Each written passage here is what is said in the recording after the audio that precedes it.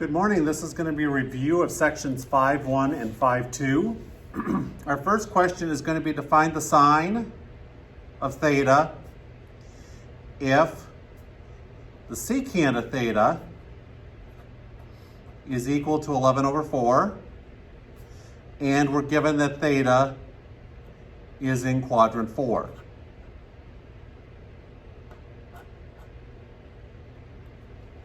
Okay? So the first thing you always need to do with these problems is to draw it out. So in this case, we know we have an angle in the fourth quadrant. So we're going to draw out a fourth quadrant angle.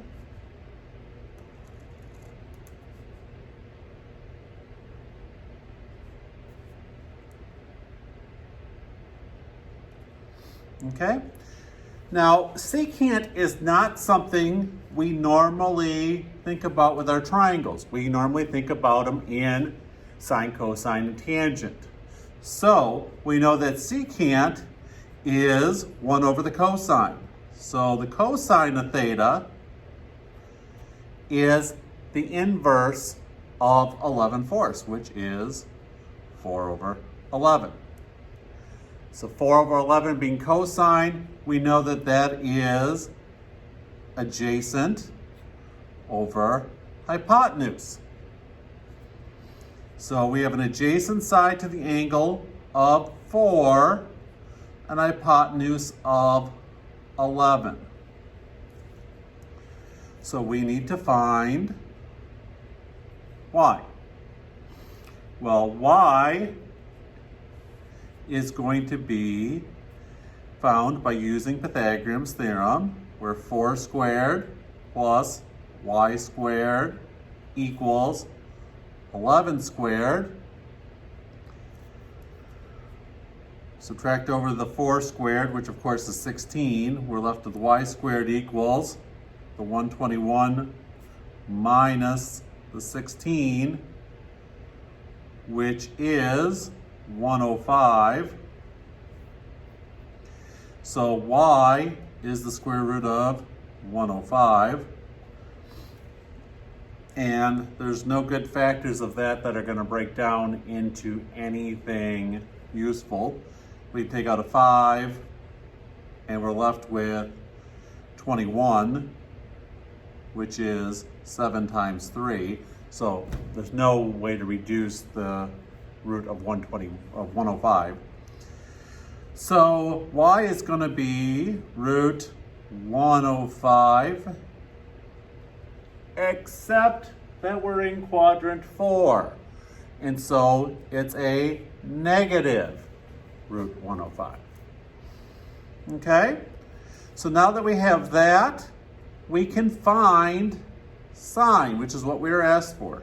So sine of theta is, of course, opposite over hypotenuse. And so opposite is a negative root 105. The hypotenuse is 11. And that's it.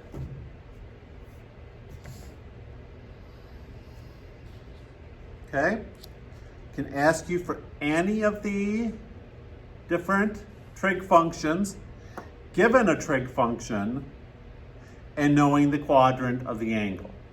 You can always find 2 of the 3 pieces, use Pythagorean to find the third, and then use the relationships that we know to come up with those values. So let's look at a second question.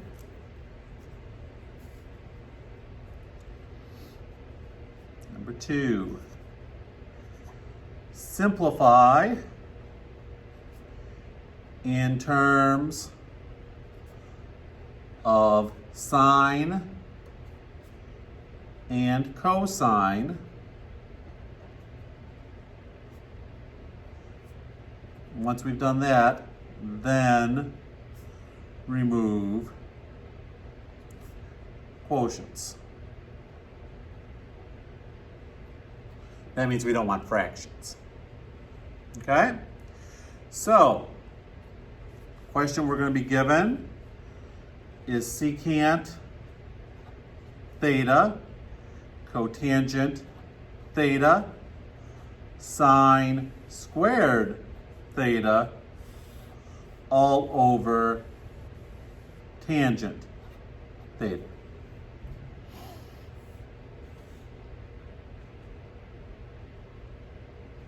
Okay?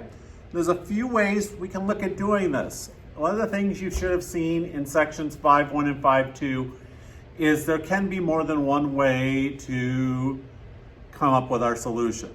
In this case, piece of it, we can see that once we deal with certain parts of this, we're going to find that there's a couple different ways. So let's look at it. Okay. And I've heard your complaints that some of the colors are not bright on the screen, so I'm kind of being selective with my markers today to make sure you can see it. So we know secant is 1 over the cosine. Cotangent is, if tangent is sine over cosine, cotangent is cosine over sine.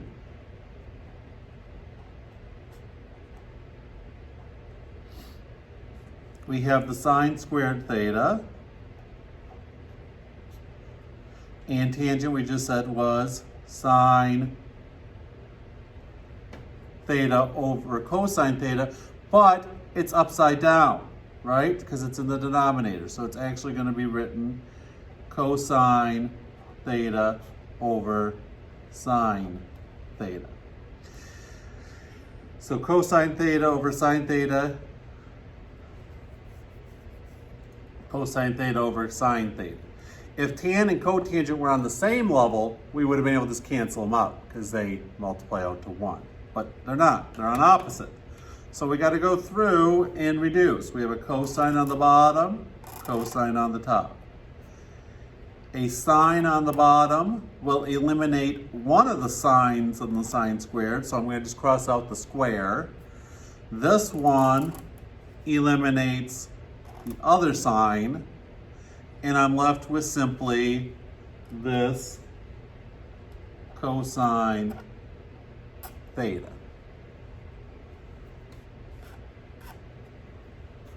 Okay?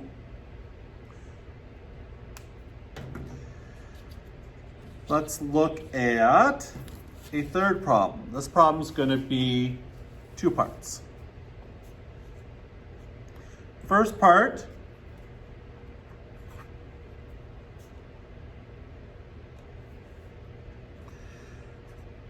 perform the operation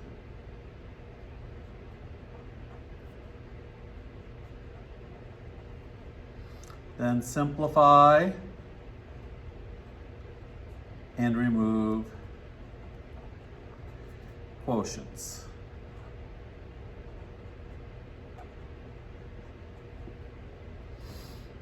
Part A, tan theta plus 1 over tan theta. Okay? So, first thing we always try to do is to rewrite everything in sines and cosines. Because once we're in those, it's easier to reduce and to cancel things out. So tangent we know is sine theta over cosine theta. The 1 over the tangent will be cosine theta over sine theta.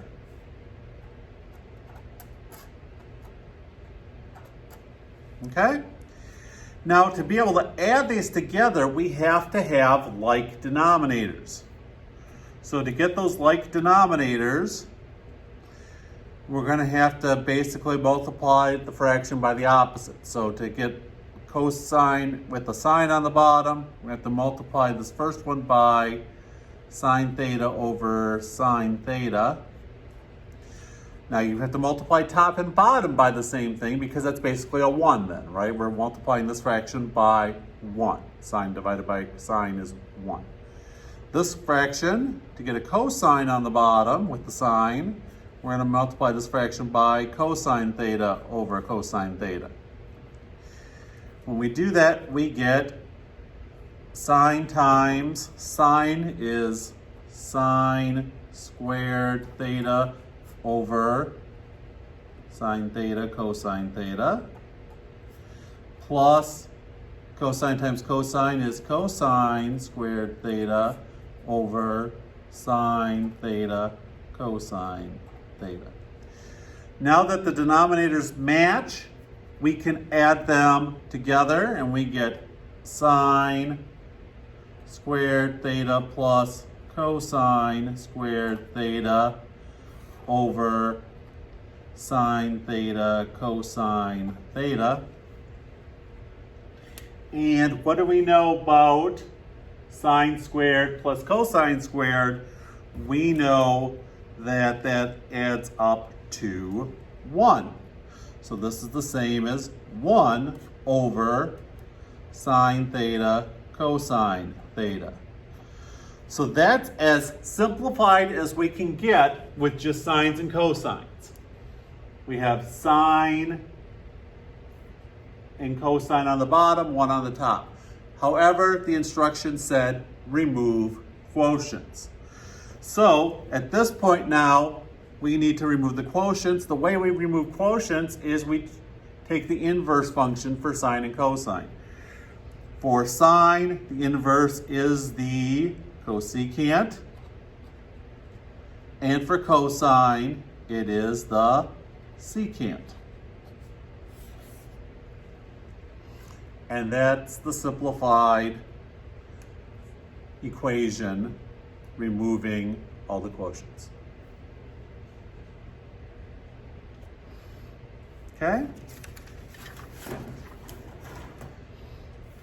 The next one, I'm going to start a new sheet of paper just because it can be long and I want to make sure I have plenty of space. So for part B for number 3, the equation is going to be 1 over 1 plus cosine theta minus 1 over 1 minus cosine theta. It helps if I write it on the screen. There we go. Okay. 1 over 1 plus cosine theta minus 1 over 1 minus cosine theta. First thing we need to do, again, to be able to subtract, is to get those denominators to match. So we have to multiply when it's an addition problem or a subtraction problem on the bottom to get it to kind of rationalize the denominator. We're going to multiply by those conjugates. So we're going to multiply the bottom here by 1 minus cosine theta. We have to do it to the top. Parenthesis 1 minus cosine theta. And this one was 1 minus cosine theta. We had times it by 1 plus the cosine of theta. 1 plus cosine theta. Okay, so when we do that, we're going to get 1 minus cosine theta on top. The bottom becomes 1 times 1 is 1. 1 times cosine of theta is cosine theta.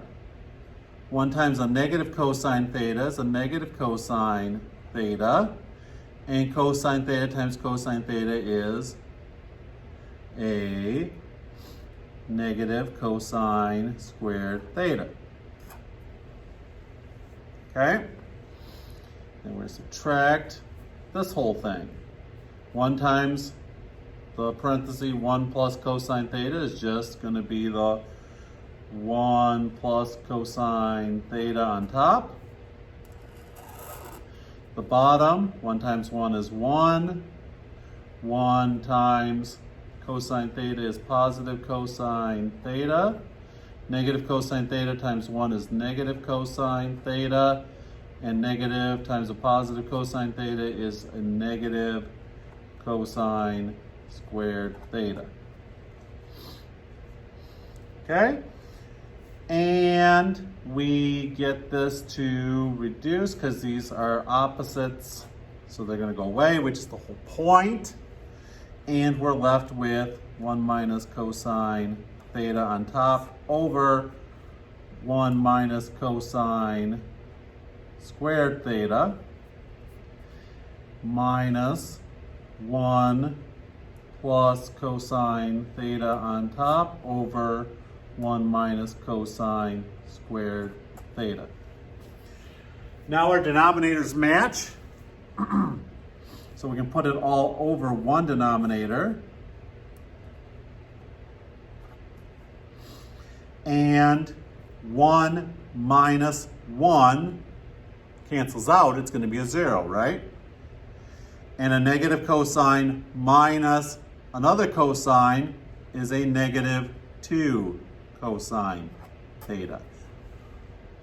Honestly, some of the hardest math in the problem is making sure that this negative, we're changing both those signs and adding it together, right? 1 minus cosine theta, we know from the identities, is sine squared theta. And we have the negative 2 cosine theta still on top. Last step is to get rid of the fraction because there's no place we can go here. So, to get rid of the fraction, we're just going to move the sine squared up as its inverse. So negative 2 cosine theta comes along. Sine squared goes to the top as cosecant. And because sine was squared, the cosecant will be squared. And that's it.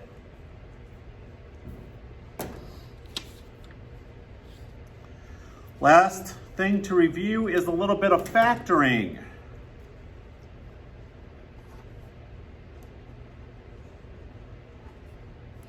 If we factor cosine squared theta minus 1, we just got to remember our factoring rules from Algebra 1, and we reviewed them over and over again in Algebra 2. We're still reviewing them in Algebra 2 currently. When we have cosine squared minus 1, we can think of that just like x squared minus 1. Okay, where we take our trig function and make it an x for a minute. Okay? X squared minus 1, we can see that's the difference of two perfect squares. And so we would get x plus 1 and x minus 1. Well, in this case, our x was cosine.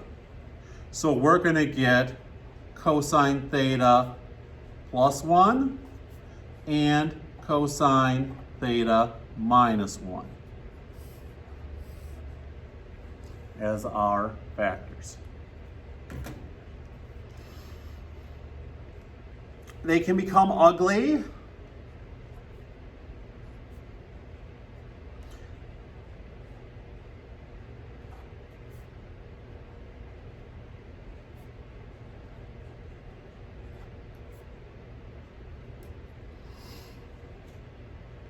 Very, very ugly. But we can think about this again. Just make the trig function that's in there a variable. So we have 7x squared plus 34x minus 5. Well, the only way, that would be a long diamond if we were going way back to Algebra 1 and factoring, but we can kind of look at it in the guess and check method because 7 times 5 is 35, And so if we have them multiplying against each other, 7x and a 5, to get 35, it's going to have to be positive 35. And then the other factor of negative 5 times is 5 times a negative 1. So we get 7x squared plus 35x minus x gives us 34x minus 5. So 7x minus 1 and x plus 5 were the factors. For our answer, though, we have to go back to tangents. 7 tan theta minus 1 and tan theta plus 5. Okay? And that's a review of the sections 5.1 and 5.2 that your next quiz is going to be on, or next test. Okay? Look forward to talking to you in class and at office hours. Have a good one.